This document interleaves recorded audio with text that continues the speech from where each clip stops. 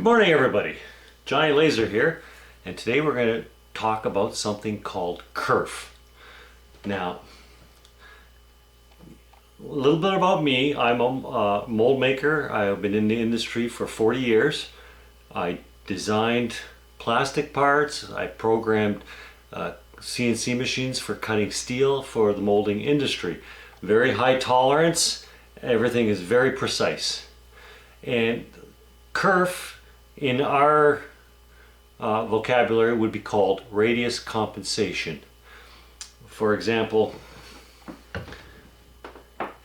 this here, if you can see this, this is called an end mill. It's 1 inch in diameter and it cuts through the steel. Now I have to offset this to get precise measurements, and that is basically what Kerf is. Let's go into depth with it and we'll talk about it some more. Some of the tools I use this is called a vernier caliper. It's a dial indicator. It's for measuring high tolerance. I can measure up to 3 decimal places with this tool. And this is what I use to design my kerf, or find out what my kerf is. Now, finding out kerf on a tool like this is easy. I can measure this, and I can tell you the diameter. I can figure out the kerf. A laser beam is a little more difficult. You can't measure the laser beam because it's light. But I'll show you a way around that right now, okay? I'm going to explain a little bit more about kerf though. Okay, so let us take a marker here. Now, we want to cut out a square. So what we're going to do is we design a square. All right, let us say it is 1 inch in length by 1 inch in height. So a 1 inch square. Now the laser will come down and outline this square and it'll cut it out.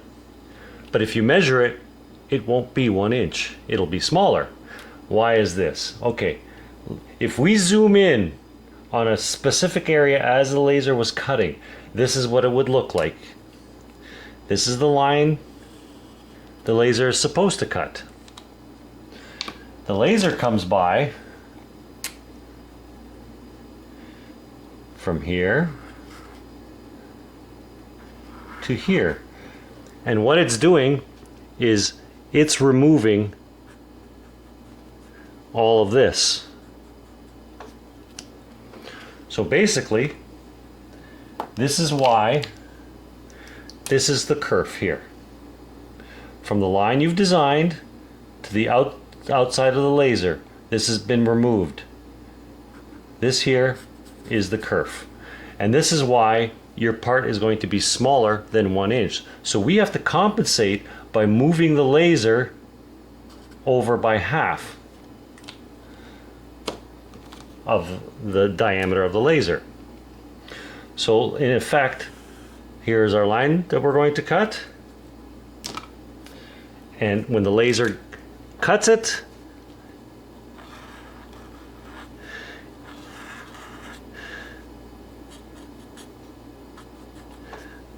this is what we want to happen. So that now we'll have the exact measurement from here to wherever. We'll get that by offsetting the laser. But how do we find the diameter of the laser? Well, if we go on the xtool website and we look at spot diameter. Now this tells us roughly what the diameter is of the laser. Now every laser is probably going to be different, but hey, let's look into that.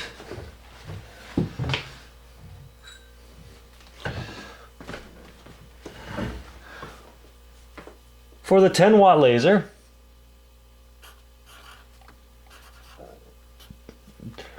xtool has the spot diameter as 0.04 millimeters,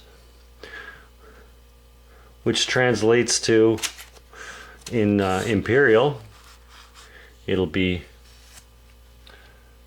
0.00157. All right, of an inch, very small. The 20 watt has a diameter of 0.06 millimeters. In imperial, that is 0.00236. 40 watt listed as a 0.1 millimeter diameter, which translates to 0.03937 in inches. And the 2 watt IR laser has a 0.03 millimeter diameter, which translates to 0.00118. Now I'll round up those numbers later, because once you get past 4 decimal places, it's going to be hard to measure and so on. Now, the smaller the diameter, as in the 2 watt, and then 10 watt, 20 watt, the smaller the diameter, the better your engravings are, the more detail you're going to get. For example, when you come to a corner, say you're engraving and there's a corner, well, the one let's say we're using the 40 watt laser, and the laser comes along and it's this big, here it is. As it hits the corner, it's going in this direction, and then it comes up. It's actually cutting out this much for engraving. Whereas if we were engraving with the 2 watt IR laser, it's 3 times, well, almost 4 times smaller. So it's cutting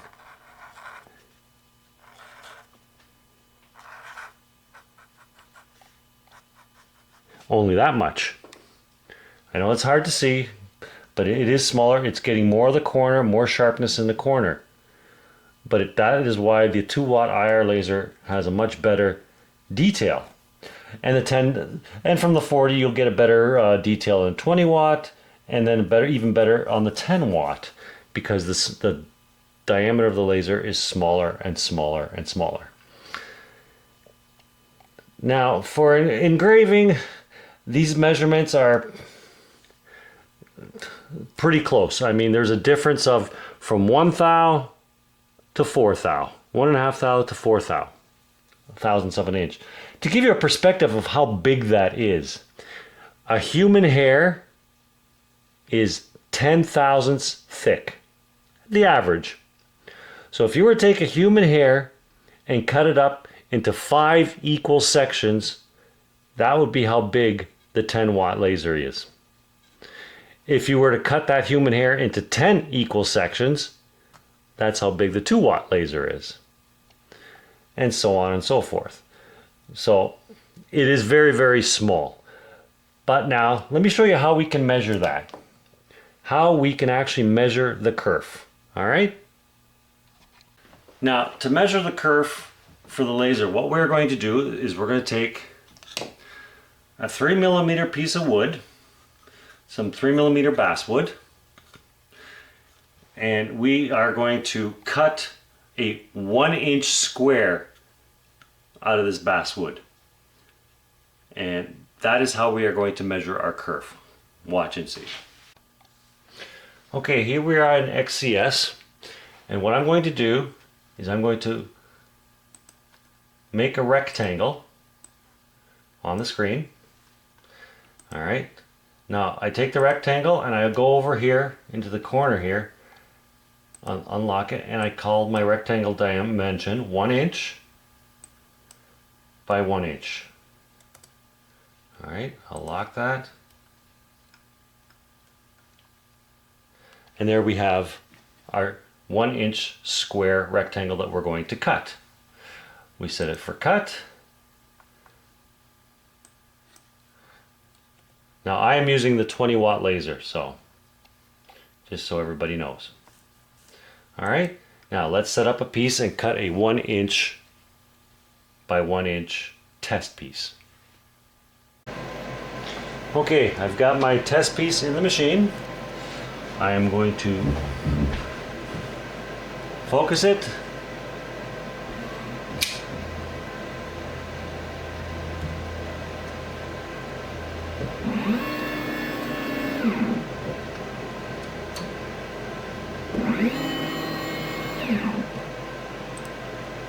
Mark the rectangle.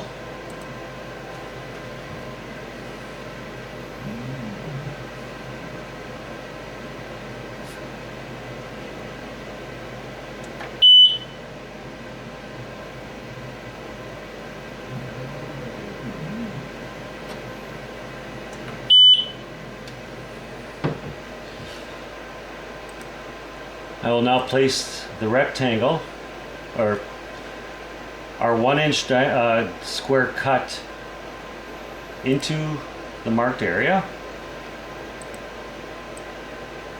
I'll just use the corner here, and I will cut it out. Frame it.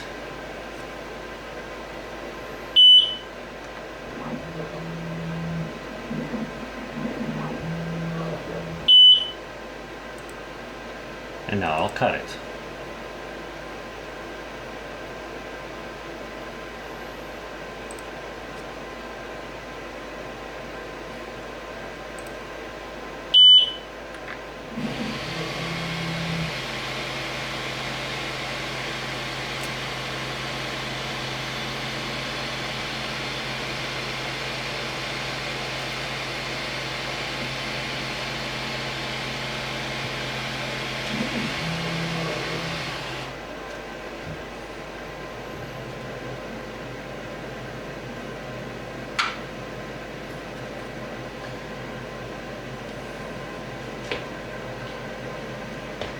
And here we have the cut we made. It should be 1 inch by 1 inch, but it won't because of the diameter of the laser.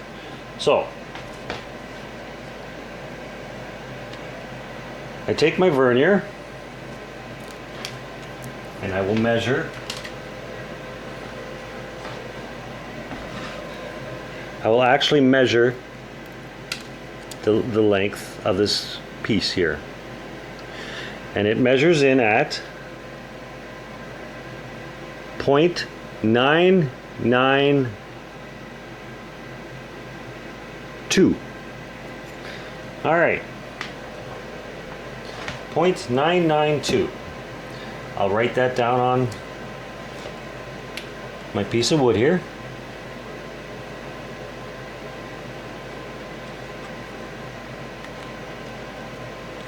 And let's go from there. All right, we've cut out our square.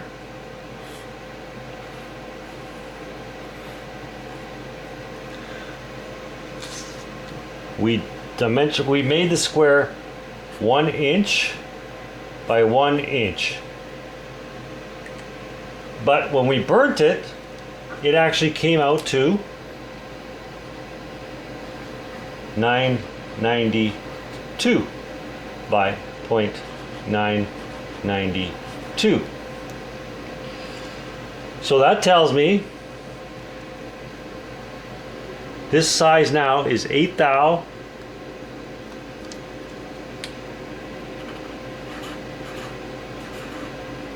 smaller than 1 inch. Therefore, if we take the 8 thou, divide by 2,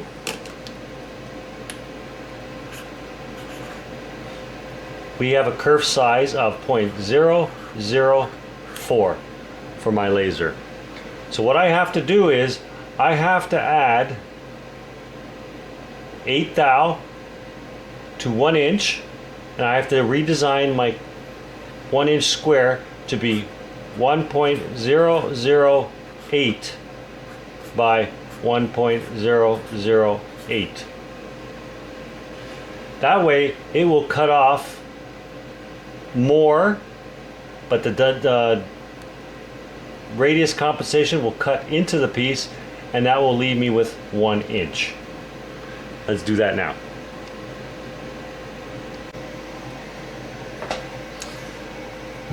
Alright, we go back into our design here, highlight our square, and there's one of two ways you can do this. You can go up here where it says width and height 1 inch by 1 inch, and we can increase that to 1.008 by 1.008. Or we can leave it at 1 inch, and on the right hand side here under cut you'll see kerf offset.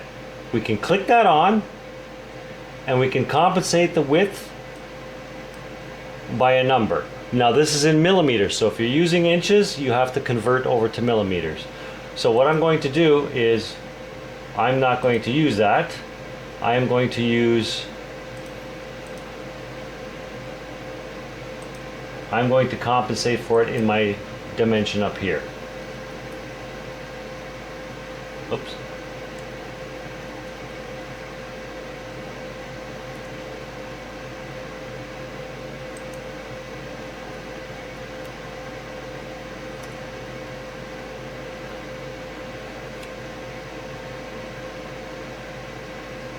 And we will now I have it at 1.008 by 1.008. Now we'll recut this square.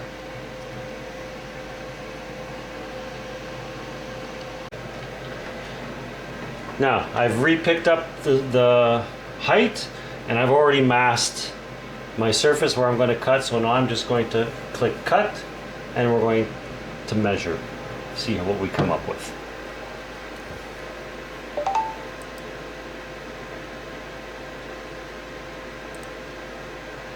I'll frame it in.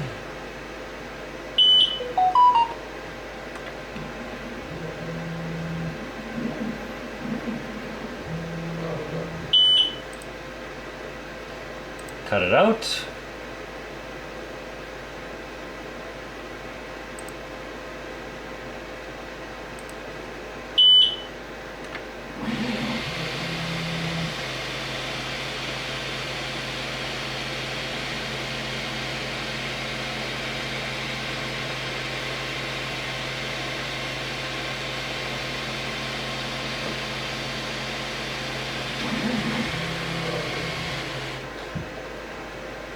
And now we'll measure it.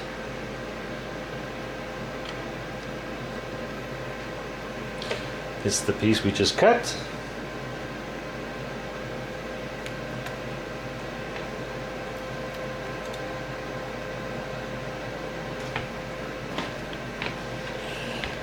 Here's the piece we just cut. I put my vernier on here, I measure it, and it is exactly 1 inch by 1 inch. All right. Now what I like to do is I save the little piece I've cut here. This is 992. I save that and I mark it as kerf.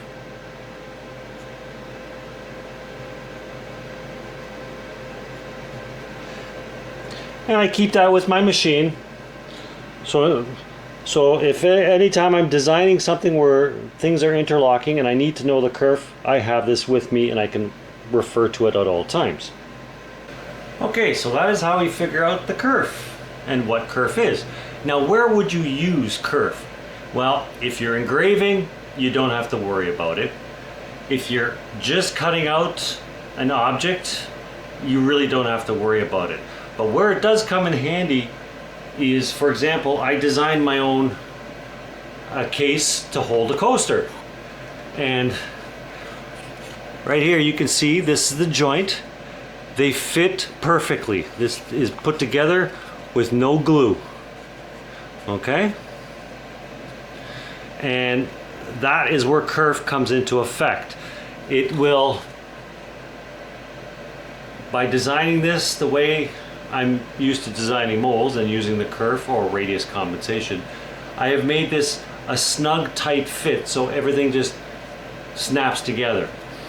If I were to design this and say I used a 1/4 inch lock here and I cut it at a 1/4 inch, this would be very loose together. It would just fall apart because it doesn't fit snugly.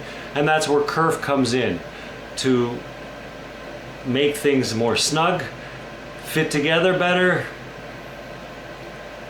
And this is more Kerf, and when you're designing things, this is more of a advanced laser application, but it's totally doable. Once you get used to it, it's very easy. And maybe in a later on video I will go into some of the settings I do, some tricks that I use for Kerf, and help you out. And if you have any questions, drop me a comment, let me know. I hope this helps you. I try to keep it simple and straightforward. Happy lasering. Till next time. Johnny Lazer, out.